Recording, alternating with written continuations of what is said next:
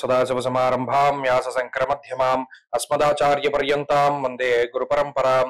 జ్యోతిష్ శాస్త్రాన్ని భావితరాల వారికి ప్రసాదించిన ఋషుల యొక్క పాదపద్మాలకు నమస్కారం చేసుకుంటూ, అలాగే నాకు జ్యోతిష విద్యను నేర్పిన గురువర్యులు జ్యోతిష బ్రహ్మ కీర్తిశేషులు శ్రీ ఏరంకి సూర్యనారాయణ మూర్తి గారు సూర్యశ్రీ దైవజ్ఞ గారి యొక్క పాదపద్మాలకు నమస్కారం చేసుకుంటూ, ఓం శ్రీ మహాగణాధిపతి నమః, శ్రీ గురుభ్యో నమః, హరి ఓం.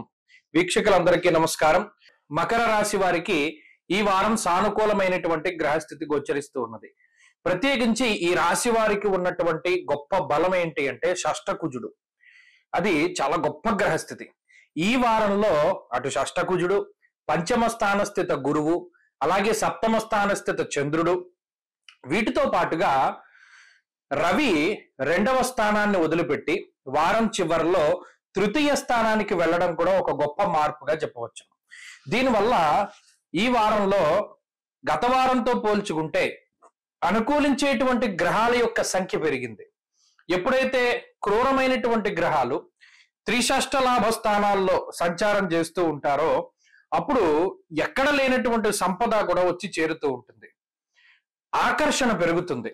ఎవరితోనైనా సరే మీకు కావలసినటువంటి పనిని మీరు చేయించుకోవడానికి, ఇతరుల్లో మీకున్నటువంటి ద్వేషభావాన్ని తగ్గించుకోవడానికి, ఆర్థికంగా మీకు ఉన్నతిని కలిగించేటువంటి పరిస్థితుల్ని ఆకర్షించడానికి వీటన్నిటికీ కూడా ఈ గ్రహస్థితి ఉపయుక్తంగా ఉంటుంది. ముఖ్యంగా తృతీయ స్థానమందు రవిగ్రహం ఆరోగ్యం నిత్య సంతోష అనేటువంటి శాస్త్రవచనం ప్రకారం ప్రతిరోజు ఆరోగ్యకరంగా, ఆనందకరంగా, సంతోషకరంగా ఉండడానికి ఈ గ్రహస్థితి ఉపయుక్తంగా ఉంటుంది. షష్ఠ స్థానమందు కుజుడు వస్త్రలాభో ధాన్యలాభ ధనలాభ యశస్తథ అన్నారు. అనగా ఎటువంటి రుణబాధల్ని, శత్రుబాధల్ని, అనారోగ్య సమస్యల్ని రాకుండా కుజుడు చాలా గొప్ప ఉపయోగకారిగా ఉంటారు. అంతేగాక గురువు పంచమ స్థానంలో నచ్చినటువంటి పని చేసేటువంటి ప్రోత్సాహకాలను అందిస్తూ ఉంటారు. ఇలా క్రూర గ్రహాలు అనుకూలించడం అనేటువంటిది ఒక గొప్ప మార్పు.